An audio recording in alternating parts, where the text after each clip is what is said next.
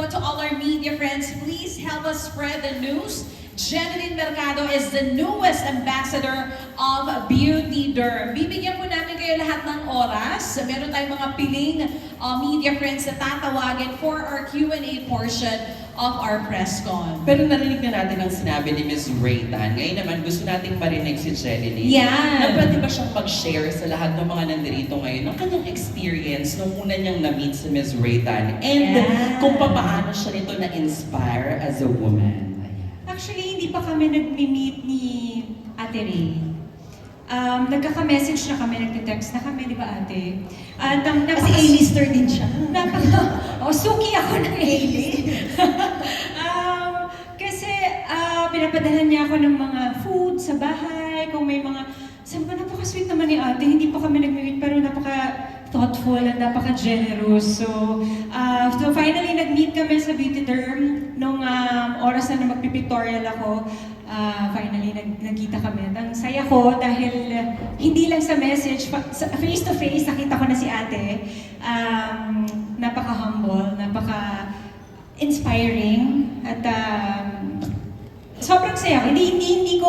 Hindi ko in-expect na talagang matutuloy tayo, ate. Kasi ang dami na rin pinagdaanan, di ba? Parang bago pa siya, nabuntis kasi siya noon, tapos nanganak. So, parang ilang beses hindi dapat matutuloy, tapos, ay, salamat, finally tuloy tayo, ate. So, masaya yung experience ko dahil alagang-alaga. Ibang klase mag-alaga si ate, no? Talagang make sure niya na okay kung okay yung location, kung nasaan ka nag-aayos, komportable ka, busog yung team mo, busog lahat ng kasama mo, masaya lahat. So, natutuwa ako na nasa right place ako dahil napakabuting tao ni ate. Absolutely right. Ilang kain pa lang si John na care of Miss Ray. Nakita na natin, chubby cheeks na po siya agad ngayon. At saka nung sinabi ni Jeneline talaga na busog, pati ang mga staff, napapalakpak si siya. Oo, iba yung palakpak na parang nabusog talaga siya ni Miss Ray. But anyway, Buffet! totoo yun. Actually, totoo yun. And alam din yan ng media friends natin kung gaano ka-generous si Miss Ray. So, Jen, ngayon naman, kamusta yung experience mo using the 3 Mendus Trio Serum ng Beauty Derm? And we wanna know kung gaano ka-importante sa'yo ang self-care and skincare. Well, nung nag-start na pinadalhan ako ni ate nung serum, nung Pimento serum, hindi ako magbibiro. Kailangan ko siyang isama sa aking skincare.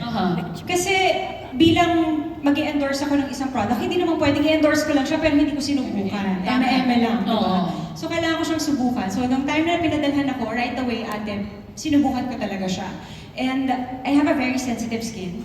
So in fairness talaga, ate, glowing talaga ako. Sa morning, yung kasama sa routine ko, yung vitamin C, after ng facial wash, moisturizer.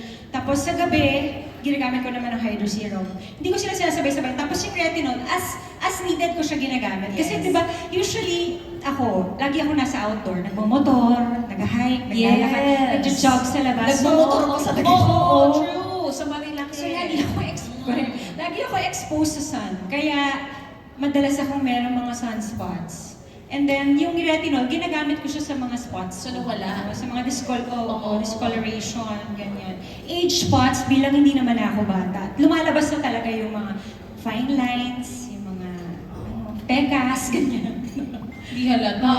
May starstruck si Jojo. Oo, di ba? Sobrang Tinitig ako sa kanya. Sobrang siya ng starstruck talaga. Para siya, nung nagsisimula siya as DJ, ganyan.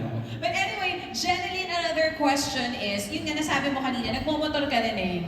And there are times, diba, syempre, babad kayo sa araw. At may mga skincare na hindi pwede sa araw. Yes. How was using our tremendous trio during the time na nagmumotor ka? Meron bang any pain at all? Or Wala. wala at all? Napaka-gentle niya. Safe siya sa skin. O nga, bilang ako nga sinasabi ko, ang dami kong sakit sa balat, may rosacea, psoriasis. So sabi ko parang, perfect ito. Meron ka May psoriasis ka, Jen?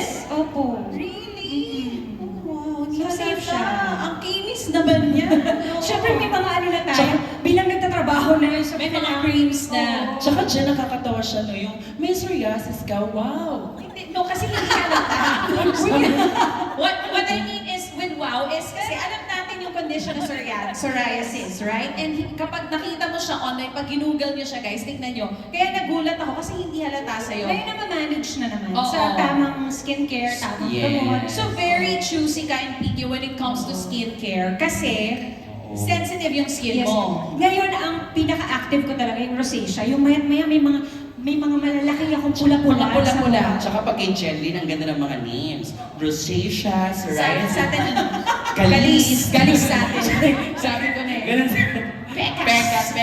Peklat. Dena, pero tignan mo kung beauty derm baby ka. Yes. Meron something in common. May glow. Lahat Glow. actually, may kahit yung mga friends Yung from glow the skin, friends. di ba talaga? Tignan yung makeup namin ni Jen. Super Kahit si glowing Raver, skin. maarte yung anak ko na yan. Alam mo gumanda yung Oo. skin ni Raver ah. Aminin mo, anak. Mas maganda skin mo ngayon compared before, Oo. Ray. Ibang mag-alaga ang beauty derm. Yes. So kung ngayon nakikita nyo na napaka-fresh ni Jen, mas fresh pa sa beauty derm yan. Totoo yan. At mas fresh to pag nagtanong na yung mga press. Eto na, fresh, Tama, kaya diba? tawagin na natin ang press Totoo. Ito na ang fresh na press na question. na magtatanong sa atin mula sa Hype Mania. Please welcome Nas Tavares, na beauty derm user din talaga. Nas! Hi! Ayan. O di ba ito kanina na-interview ko yan siya. Favorite niya ang vitamin C serum. Ooh. Ayan. Alright, mic off. Thank you. Lahat tayo glowing. Hello. Ayan. Glow in the dark. Hi, Jen. So, Hi. hello. So, for ano na yung mga effects sa'yo ng Crystal products? Sa ngayon, months ko na siya ginagamit. Mas glowing yung skin ko, mas bright. Kasi hindi naman ako palaging, di ba, pag gising natin, may mga gising tayo na hindi maganda yung, ay ano ba to, ang dry, or, di ba, hindi palaging maganda. Akala nyo lang kasi naka-makeup ako, di ba? So, yung mga artista, akala nila araw-araw gumigising maganda. Hindi totoo. Lalo na, di ba, pagka malapit With bad days or malapit na yung period. Oo, True. minsan nag-iiba yung itsura namin eh. Huwag kayong magugulat ha. Pero in fairness, wala akong breakouts, wala akong mga reaction sa skin. Very gentle, skin-friendly. Pwede sa baby skin. Kay Miss Ray naman, kasi di ba parang medyo specific for artist yung mga products natin. So, bakit for the Crystal yung napili si Jenny?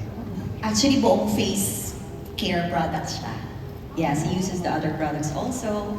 Pero dahil nga, pinopromote natin itong bagong line natin. At saka parang mas bagay namin. I think Jen is 36.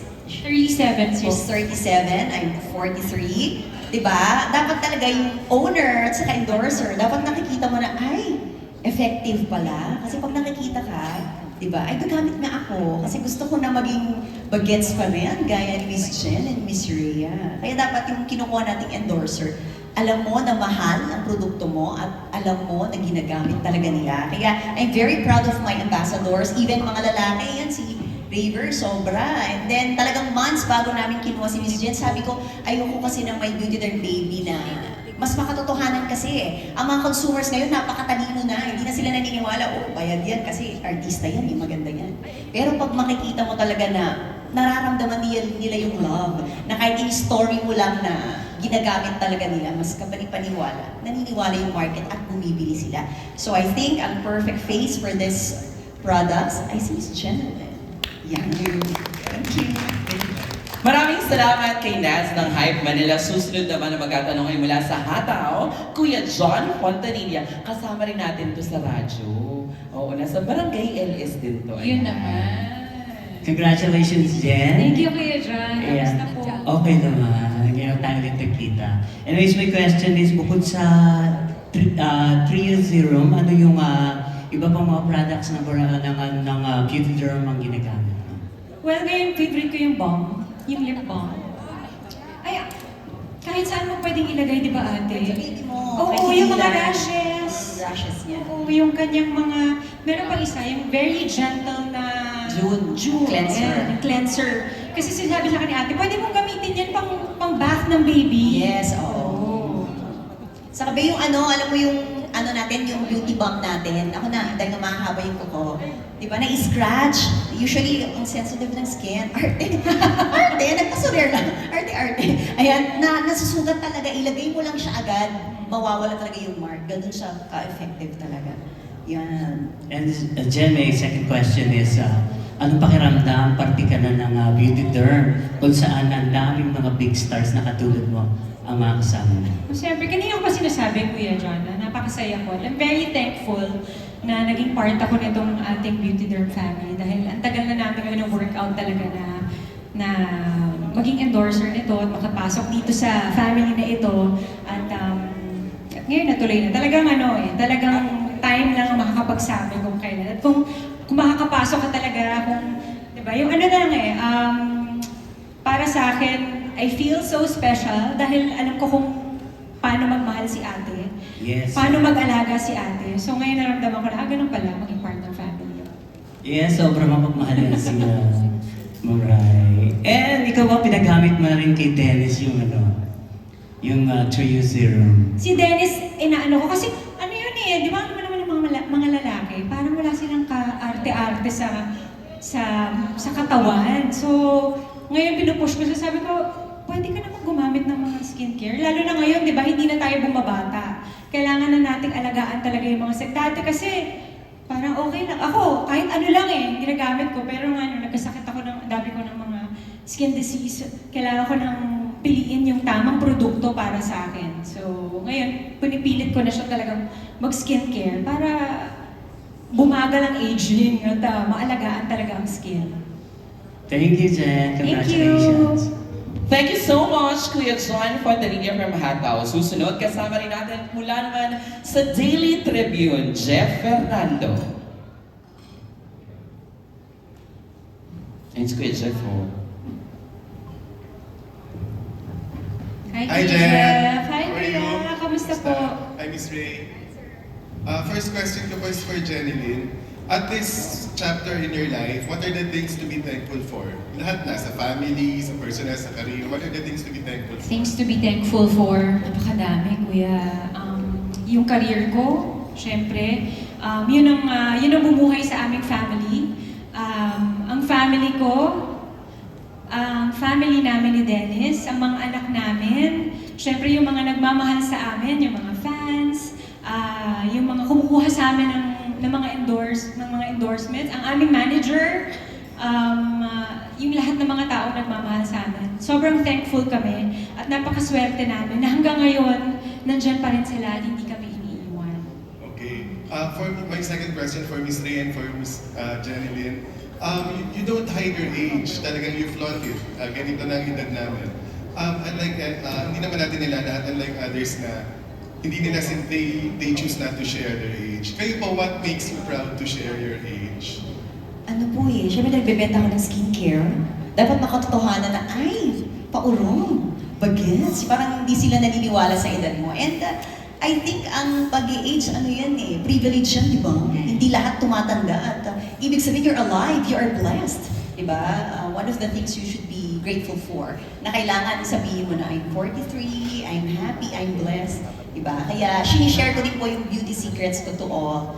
Yun. Kasi gusto ko na kailangan daw alagaan mo muna yung sarili mo before you can take good care of everyone. Ganun daw dapat. Kaya dapat nagsisimula sa sarili. Okay. Yan, sir. Thank you. Jen, ikaw. You flaunt your age, hindi mo tinatago. Bakit naman kailangan itago? Siyempre, sa akin kasi di ba galing ako sa reality show. Yes. So, kailangan namin sabihin talaga lahat. So, ano yung totoong edad ko? Baka mamaya mag-compute sila, hindi naman yun yung totoong edad, di ba? So, ayoko na magsinungaling. Hindi ka magkakamali kung sasabihin mo yung totoo. Okay. Thank you, Miss Ray. Thank you, Jen. Thank you, Sir Jeff. Maraming salamat, Kuya Jeff Fernando of Daily Tribune. Susunod, kasama naman natin mula sa PEP, Tito Gorgie Rula. Ikaw, Jai, ilang taon ka na? I'm 22. Totoo. 34. Kakasabi lang ni Jenny Lee, hindi ka magkakamali pag di ka nagsinungaling. 34 nasabi na. Hindi nga, I would like to say hi to my lawyers. They're here. Attorney Faye and Diana, hello. Even the lawyers ng Beauty Derm, ang fresh, ang gaganda. Of course, Beauty Derm. Din, Hindi talaga. pwede. I have my friend all the way from USA. We have Mrs. Saibel. Hello. Hi, hello ma'am. Ang gaan ang loob namin sa inyo. Kasi ang dollar me, At si Ganda Mami kayo. Karen, friend ko yan, nung panahon pa namimigay lang ako ng microwave, mahal na yan. Yeah. Diba? True friends. Correct. Ang mga lawyers si Mami, nakakasabay ko yan sa embassy. Di ba, pagka doon nag-overnight, yes. Swimming, bakit? Parang mga swimming mo, lawyers. Eto na nga yung question natin. Kuya Gorgie. Hi, good afternoon. Kuya Gorgie. Hanapin niyo. Where are you? Kuya Gorgie. Magparamdam ka.